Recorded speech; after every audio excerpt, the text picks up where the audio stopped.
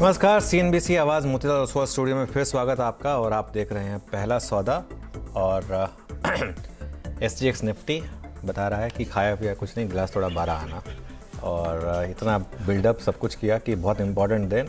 और global markets देखिए, US market की डिक्लाइन का रत्ती भर भी असर नहीं यहाँ पर। और SGX निफ्टी भी कह रहा है कि स्टार्ट तो फ्लैट होगी, और स्टार्ट फ्लैट होगी तो जो कल के ऑप्शन राइटर्स हैं उनके बल्ले बल्ले। और उसके बाद फिर आगे का सेशन उसके बाद आगे बढ़ाएंगे। वो ऑप्शन राइटर तैयार बैठा है कि बस ये SGX निफ्टी सही हो और आप उसी हिसाब से खोलें, और वो अपनी पोजीशन कवर कर रहे हैं।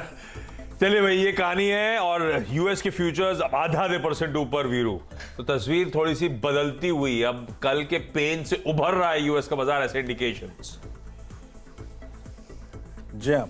और ये जो ड्यूक की बात हो रही थी ना आशीष, इस वीकेंड पे 17,000 रुपए में विद ब्रेकफास्ट मिल रहा है। देख डाला, चाहिए क्या हाल है तो भाई साहब? है ना, वो देख रहा था। आ जाओ वीरू। मैं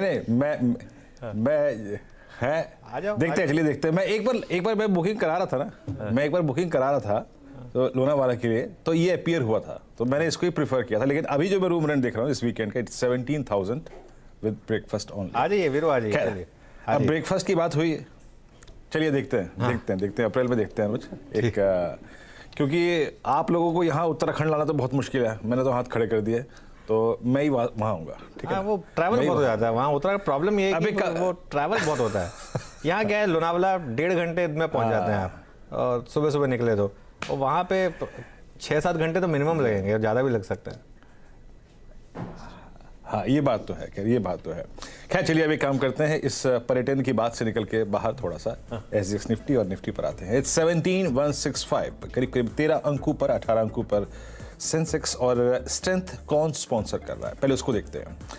इस क्रम में HDFC, उसके बाद ICICI बैंक। याद रखिएगा कल निफ्टी बैंक को 40,000 की दहलीज पर फिर खड़ा करके जो चला गया stock, it was ICICI bank. Litre half में या फिर स्पेशली आखिरी के 1 घंटे में काफी स्ट्रॉन्ग रिकवरी थी।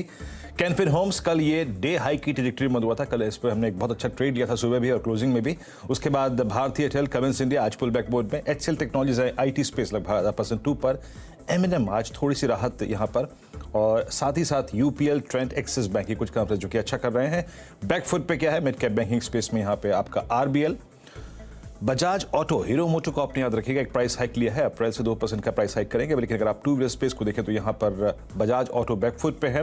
और जरा एक बार स्टॉक्स इन न्यूज़ के क्रम में जो स्टॉक्स थे उसमें हीरो मोटो को आपकी स्क्रीन पर आप देखें 9 रुपये ऊपर, TVS मोटर्स लगभग 0.5% ऊपर है, बजाज ऑटो बैकफुट पे 1% नीचे ट्रेड करता हुआ। एक बार HL आपकी स्क्रीन पर लेके आइएगा, और साथ ही साथ कोरोमंडल इंटरनेशनल, इन दो स्टॉक्स को और देखते हैं एग्जैक्टली रुझान के। यहाँ पे HL आपकी स्क्रीन पर लगभग 5% नीचे 2485 आज से इसका ऑफिस खुल रहा है, और कोरोमंडल आपकी स्क्रीन पे 872 करीब 0.5% ऊपर ट्रेड करता हुआ। अनुज, मैं एक बात पूछूं, आप लोगों ने आज HL के इस ऑफर फॉर सेल के बारे में बात की। अब जब सरकार वसूली पर निकली ही है, तो क्या ITC नहीं चल रहा, इसकी कुछ वजह आपको नजर आ रही है?